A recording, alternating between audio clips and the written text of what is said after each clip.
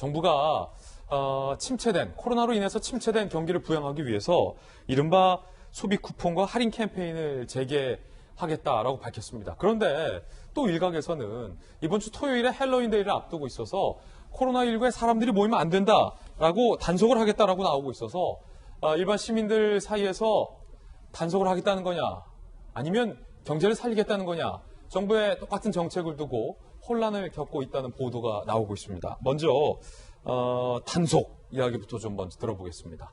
이태원 음식점 점주들의 이야기 직접 한번 들어보시죠. 저희 같은 경우는 이제 지역 감염 예방을 위해서 할로윈 이벤트 행사는 일체히 안 하기로 결정을 했습니다. 매년 저희가 이제 행사를 크게 해오다가 우리도 달까? 우리도 꾸며는 놀까?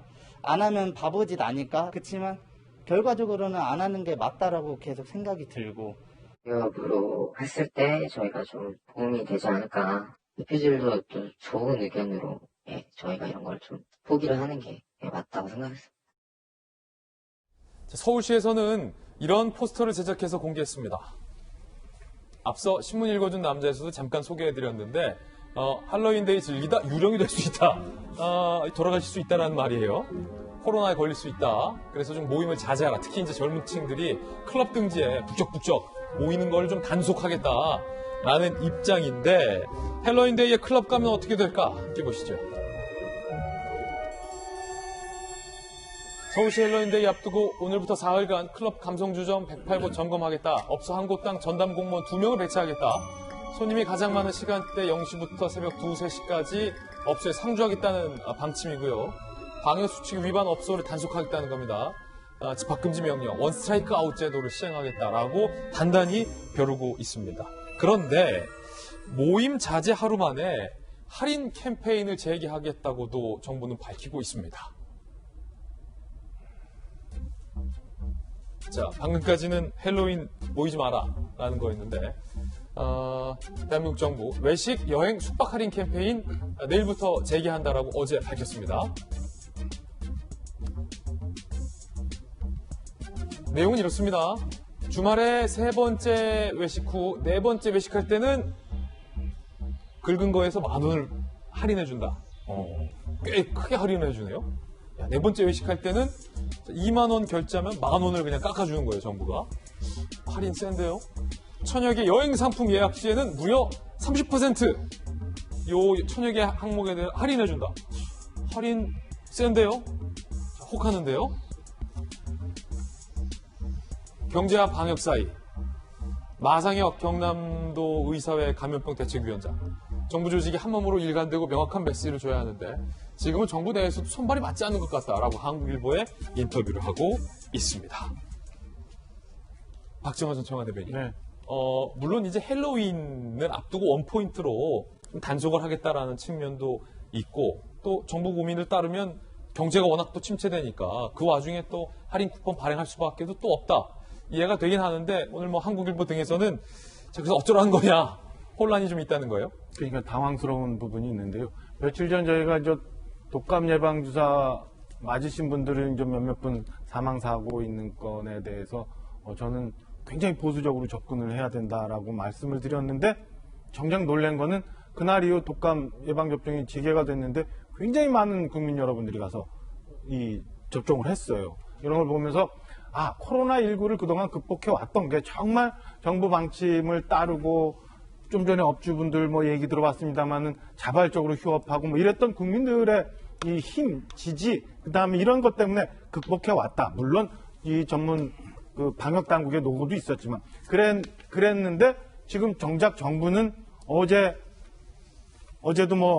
세 자리 숫자 환자가 발생하면서 집합 자제 이런 얘기 발표를 했는데 정작 다른 부서에서는 지금처럼 상당한 그 혜택을 주면서 외식하고 여행 가라고 권고를 하는 게 글쎄요 이게 이제 정부가 다 이게 조종하는 기능이 있어요. 청와대도 정책 조정 기능이 있고 국무총리실에도 정책 조정하는 기능이 있는데 그게 좀 빵꾸가 나 있어서 굉장히 경직되게 무언가를 좀 진행하고 있는 것 아닌가라는 생각이 듭니다. 그러니까 애초에 경제가 먼저냐 방역이 먼저냐 이런 논란 이전에 어느 부처는 이만큼의 예산이 책정돼 있어서 경제 활성화를 시킬 정책을 좀 집행해야 되는 거고, 어느 부처는 그 방역을 위해서 이런 정도의 정책을 집행해야 되는데, 그게 시간이 지나면서 상황이 변하면서 정부 간에 굉장히 유기적으로 협조를 하면서 조정이 되고 정리가 돼야 되는데, 제가 볼 때는 그게 지금 정리가 안 돼 있어서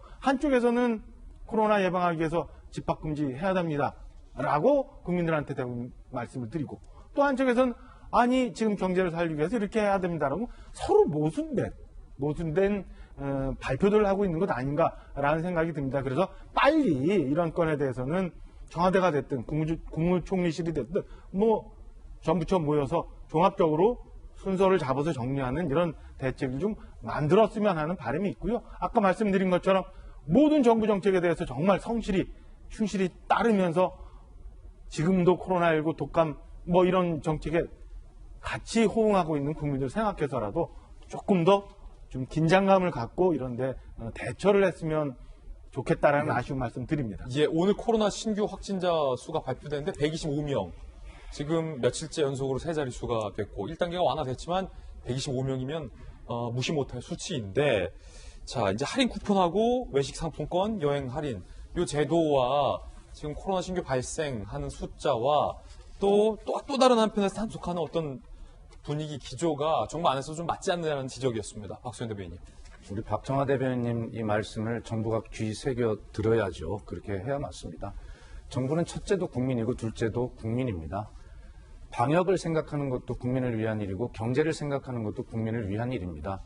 여기서 마침 방역의 뚝이 무너져서 지난 8월 15일 광화문 집회 이후에 어쨌든 전국적으로 2차 대유행이 생겨서 우리 국민이 겪은 고통을 한번 생각해 보십시다. 소상공인, 자영업자, 학교에 가지 못한 학생들, 그리고 돌봐야 되는 부모의 부담, 이런 것들을 생각할 때 이 온 국민의 노력으로 사실은 지금 이 상황을 아슬아슬하지만 유지하고 있는 것이거든요. 여기서 정부는 정말 고민스러운 지점입니다. 그런데 정부 정책에 혼선이 있다라고 하는 이런 지적을 이야기하면서 케이스를 비교할 때 지금 클럽의 케이스와 여행, 숙박, 외식의 케이스를 동시에 놓고 비교할 수는 없습니다. 외식, 숙박, 여행은 사회적 1단계 거리두기에서 충분하게 방역 수칙만 지키면 방역을 성공할 수 있는 그런 분야고요. 지금 클럽 같은 경우는 죄송하지만 밀집, 밀적, 밀폐라고 하는 이 3밀, 이것에 해당이 되기 때문에 정말 고위험시설이라고 판단하는 것이죠.